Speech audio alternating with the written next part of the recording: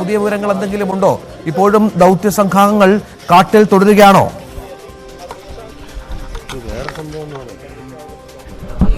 രഞ്ജിത്ത്, പുതിയ വിവരങ്ങളൊന്നും ലഭിച്ചിട്ടില്ല. കൂടുതൽ സംഘങ്ങൾ കാട്ടിലേക്ക് പോയിരിക്കുന്നു. വിവിധയിടങ്ങളിലായി ഡ്യൂട്ടി നോക്കുന്ന മറ്റ് കാടിന്റെ ഈ CH കുന്നിലും പഞ്ചാരക്കൊല്ലിയും ഒക്കെ അടക്കം ഈ വിവിധ മേഖലകളായി തിരിച്ചാണ് ആളുകൾ ഇന്ന് ഡ്യൂട്ടി നോക്കിയിരുന്നത്. അങ്ങനെയുള്ള ആളുകളെ പൂർണ്ണമായിട്ടും ഈ ഭാഗത്തേക്ക് കേന്ദ്രീകരിച്ചിരിക്കുന്നു, ഇങ്ങോട്ട് വിളിപ്പിച്ചിരിക്കുന്നു എന്നാണ് ഏറ്റവും ശ്രദ്ധേയമായ കാര്യം. ഒപ്പം പോലീസ് ഉദ്യോഗസ്ഥർ കാട്ടിലേക്ക് പോയിട്ടുണ്ട്. ബേവൂർ റേഞ്ച് ഓഫീസർ അടക്കമുള്ള ആളുകളും കാട്ടിലേക്ക് പോയിട്ടുണ്ട്. നിരവധി വാഹനങ്ങളിലാണ് ആദ്യ വനംവകുപ്പ് ഉദ്യോഗസ്ഥർ എത്തുകയും അവർ കാട്ടിലേക്ക് ശരവേഗത്തിൽ പോവുകയും ചെയ്തിരിക്കുന്നത്.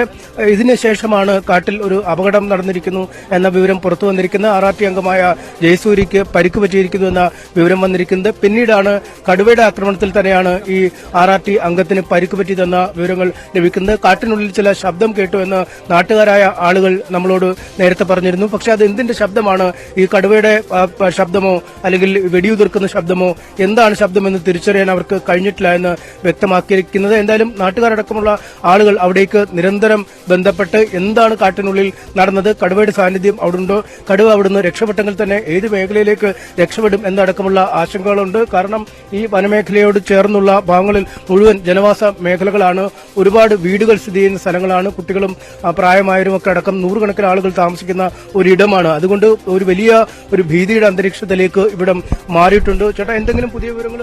ഇല്ല, പുതിയ വിവരങ്ങളൊന്നും കിട്ടിയില്ല. ആകെ സീരിയസ് ആണെന്നാ പറഞ്ഞേക്കുന്നത്. പിന്നെ വെച്ചാല് ഈ വഴി തന്നെ വരണമെന്നില്ല, വേറെയും വഴിയുണ്ട് അപ്പുറത്ത് കൂടെ. അപ്പൊ അവരെ ഫോറസ്റ്റ് ഡിപ്പാർട്ട്മെന്റിന്റെ വണ്ടി അപ്പുറ സൈഡിലേക്ക് മാറ്റി കൊണ്ടുപോയിട്ടുണ്ട്. ഇപ്പൊ തിരിച്ചിട്ട് പോയത് അപ്പുറ സൈഡിലേക്കാണ് പോയത്. എന്താ സംഗതി സീരിയസ് ആണ്. അതുകൊണ്ടാണ് എന്താ പിന്നെ ചിലപ്പോൾ ഇതൊരു ചോലയാണ്. ഇപ്പൊ ഈ രണ്ട് മലിന്റെ ഇതൊരു ചോലയാണ്. ഈ ചോലിന്റെ അപ്പുറം റോഡാണ് ഇപ്പുറം റോഡാ.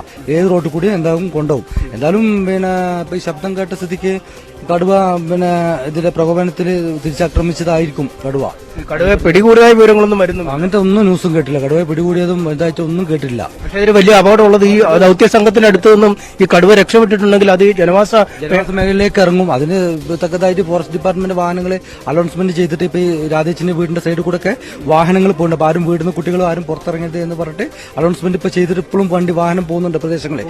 ഏത് പോകുന്നുണ്ട്. അപ്പൊ എല്ലാ ഭാഗത്തും എന്താണ് എല്ലാ സുരക്ഷ ഒരുക്കിയിട്ടാണ് പിന്നെ പോലീസായാലും ഫോറസ്റ്റ് ആയാലും എല്ലാം ചെയ്യുന്നത്. അപ്പോൾ ബാക്കിയുള്ള വെച്ചാൽ അത് ഈ മിഞ്ഞാന്നാണല്ലോ 2 ദിവസം മുന്നേ ആണല്ലോ ചെയ്തത്. അപ്പൊ ഇന്നലെ ഇപ്പൊ വിശന്നിട്ട് നടക്കേക്കും.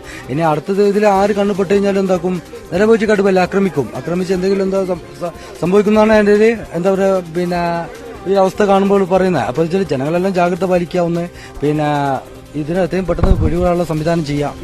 RRTയുടെ കയ്യിൽ നിന്ന് രക്ഷപ്പെട്ടാൽ വീണ്ടും കാര്യങ്ങൾ കോംപ്ലിക്കേറ്റ് ആകുക ചെയ്യാം. കാരണം വെച്ചാൽ ഇത് പിന്നെ ജനവാസ കേന്ദ്രത്തിലേക്ക് ഇറങ്ങിക്കഴിഞ്ഞാൽ വലിയ ബുദ്ധിമുട്ടല്ലാകുന്നത്. കാരണം ഇപ്പൊ തന്നെ ആളുകൾക്ക് തൊഴിലുകളിലൊന്നും പോകാൻ പറ്റാത്ത സാഹചര്യം, എല്ലാവരും വീട്ടിലെ ഉള്ളിൽ തന്നെ ഒതുങ്ങി കൂടുന്ന ഒരു സാഹചര്യം, ഒരു അന്തരീക്ഷമാണ് ഇപ്പോൾ ഉള്ളത്. അപ്പൊ എത്രയും പെട്ടെന്ന് ഇതിനെ പിടികൂടണം. അതിനുള്ള എല്ലാ ഇതും പിന്നെ ഫോറസ്റ്റ് ഡിപ്പാർട്ട്മെന്റ് ചെയ്യണമെന്നാണ് നമുക്ക് പറയാനുള്ളത്. ഇതാണ് ആളുകളുടെ വികാരം. കാരണം കൂടുതൽ അപകടത്തിലേക്കാണ് കാര്യങ്ങൾ. ഈ കടുവയെ പിടികൂടാൻ കഴിഞ്ഞില്ലെങ്കിൽ നീങ്ങുക. RRT സംഘത്തിന്റെ കയ്യിൽ നിന്നും ഈ കടുവ രക്ഷപ്പെട്ടാൽ വീണ്ടും ജനവാസ മേഖലകളാണ് ഈ ചുറ്റുപാടുമുള്ളത്. എന്തായാലും ഉച്ചഭാഷണികൾ വെച്ച് ഈ സമീപ പ്രദേശങ്ങളിലൊക്കെ ആളുകളെ വിവരം അറിയിക്കുന്നുണ്ട്. പള്ളികളിൽ നിന്നും മറ്റുമൊക്കെ ഈ വിവരങ്ങൾ അറിയിക്കുന്നുണ്ട്. അങ്ങനെ പൂർണ്ണമായ ഒരു ജാഗ്രതാ നിർദ്ദേശം ഈ മേഖലകളിൽ നൽകിയിട്ടുണ്ട്. അല്പസമയത്തിനകം ഈ കാട്ടിലേക്ക് പോയ ഉദ്യോഗസ്ഥർ തിരിച്ചെത്തുകയോ അല്ലെങ്കിൽ കാട്ടിൽ നിന്ന് കൂടുതൽ വ്യക്തതയുള്ള വിവരങ്ങൾ നമുക്ക് ലഭ്യമാവുകയോ ചെയ്യുമെന്ന് കരുതാം.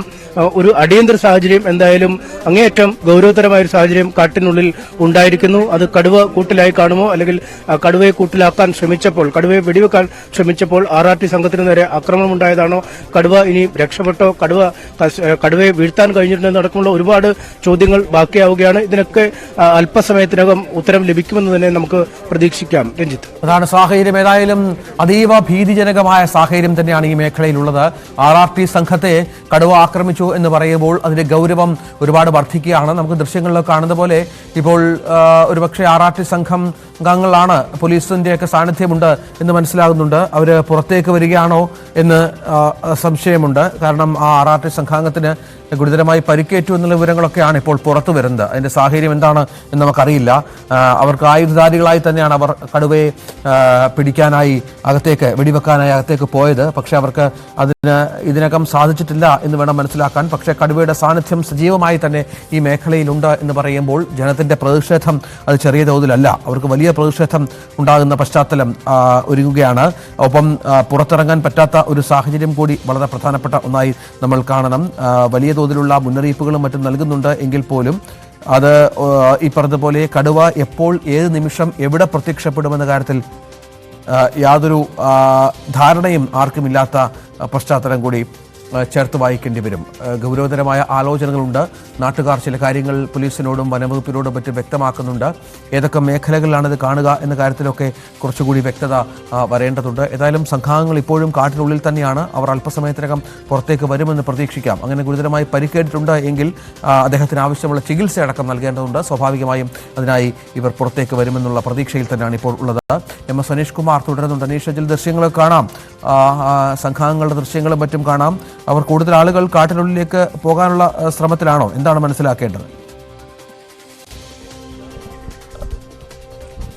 കാട്ടിനുള്ളിലെ ഉദ്യോഗസ്ഥർ, നല്ലൊരു പങ്ക് ഉദ്യോഗസ്ഥർ, ഈ മേഖലയിൽ വിന്യസിക്കപ്പെട്ട ഉദ്യോഗസ്ഥർ ഇതിനകം തന്നെ പോയിരിക്കുന്നു. മാധ്യമപ്രവർത്തകരും നാട്ടുകാരുമാണ് ഇപ്പോൾ ഇവിടെ നിൽക്കുന്നത്. പോലീസ് ഈ നമ്മൾ നിൽക്കുന്നതിന് തൊട്ടപ്പുറത്ത് ഒരു ബ്ലോക്ക്, അതായത് ഒരു തടസ്സം സൃഷ്ടിച്ചിട്ടുണ്ട്. കൂടുതൽ ആളുകൾ അവിടേക്ക് പോകണ്ട എന്ന് പറഞ്ഞിട്ടുണ്ട്. കാരണം അങ്ങേയറ്റം ഗൗരവതരമായ ഒരു സാഹചര്യം കാട്ടിനുള്ളിൽ ഉരുത്തിരിഞ്ഞിരിക്കുന്നു. അതുകൊണ്ട് സുഗമമായി ഈ പരിക്കേറ്റ ആളെ പുറത്തേക്ക് എത്തിക്കണം എന്നത് ഏറ്റവും നിർണായകമായ കാര്യമാണ്. എന്തായാലും നടപടിക്രമങ്ങൾ പുരോഗമിക്കുകയാണ്.